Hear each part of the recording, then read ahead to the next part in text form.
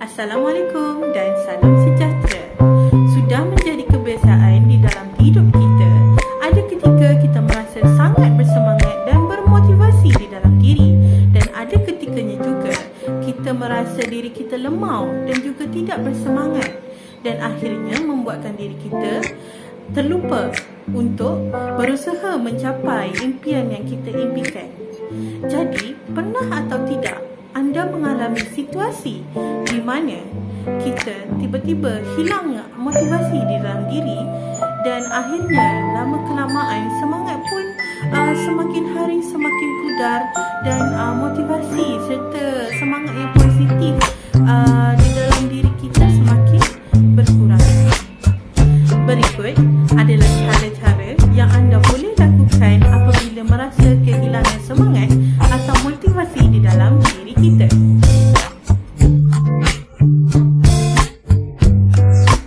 Hai, Assalamualaikum dan salam sejahtera. Hari ini saya akan kongsikan satu tips untuk kekal bermotivasi dan membentuk pemikiran yang lebih positif. Kita perlulah mensyukuri apa saja yang ada dalam genggaman kita, tidak kiralah harta, kejayaan, keluarga, kehidupan dan sebagainya. Dikala kita mampu bersyukur, bermakna kita sedang berterima kasih kepada diri kita, kepada orang yang memberi, dan yang paling penting kepada Tuhan yang telah memberikan segala nikmat kepada kita. Ada ketika saat kita melihat orang lain lebih daripada kita dari pelbagai aspek, membuatkan kita rasa cemburu, kita rasa dengki, dan kita rasa perasaan yang negatif.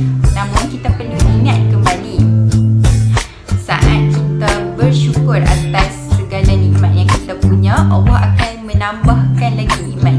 Nikmat yang dimaksudkan bukanlah perkara atau benda yang kita nakkan, tetapi boleh jadi Allah SWT memberi keberkatan dalam rezeki kita, memberi kesihatan tubuh badan kepada kita, memberi kebahagiaan keluarga dan sebagainya.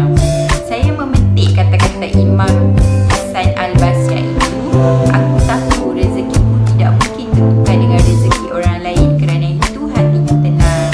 Sekian saja itu perkongsian daripada saya. Jadi kita perlu bersyukur dalam kehidupan kita. Sekian, terima kasih.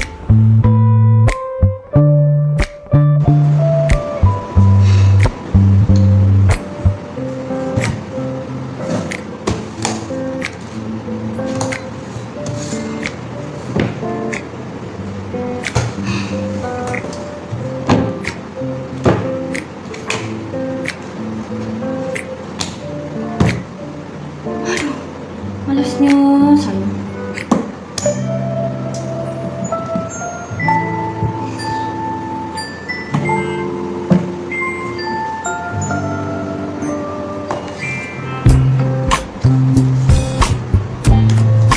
Kawan-kawan, kalau kita mau belajar bersungguh-sungguh, terutamanya waktu TKP ini, kita hendaklah percaya diri. Sebab apa? Kalau kita percaya diri, semua kerja kita boleh buat. Lepas tu, kalau kita percaya diri, kita belajar dengan tenang, belajar tak stres, tak fikir banyak-banyak, kerja boleh buat, assignment pun siap dengan secepatnya. Oleh itu, kawan-kawan, janganlah fikir negatif-negatif, kenalah motivasikan diri dan fikirlah positif, kerana dengan positif kita dapat membuat semuanya. Ingat tu.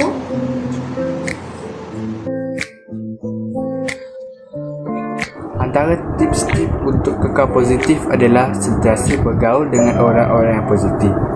Bila kita masuk dalam satu circle orang yang bersikap positif, ini sedikit sebanyak dapat membantu kita untuk kekal konsisten berfikiran positif.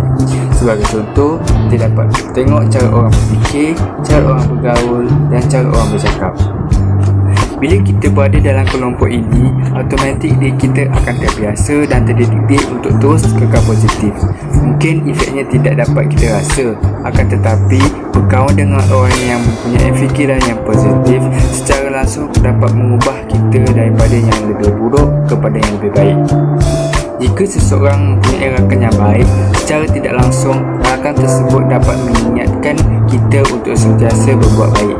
Kesimpulan kecil yang dapat saya lakukan adalah pergaulan yang positif memberi impak yang baik kepada diri seseorang individu.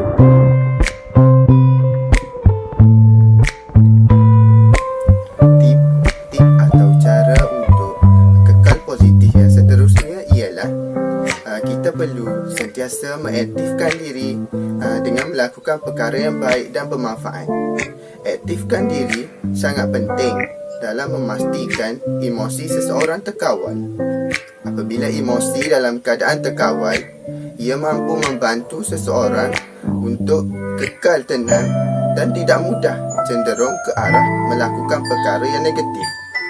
Kita dapat mengaktifkan diri dengan melakukan perkara atau aktiviti yang boleh membuatkan kita rasa tenang dan gembira. Sebagai contoh, berjoging, bersenam dan bersukan seperti bermain bola sepak, bermain badminton dan sebagainya. Dengan cara ini, ia mampu memastikan diri kita kekal positif dan bermotivasi.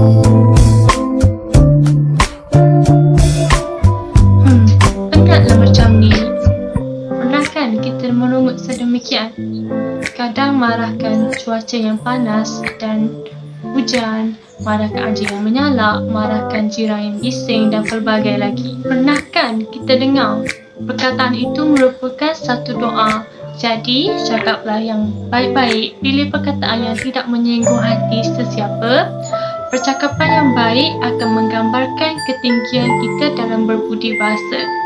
Percakapan yang negatif bukan sahaja akan merosakkan emosi kita, tapi juga orang di sekitar kita.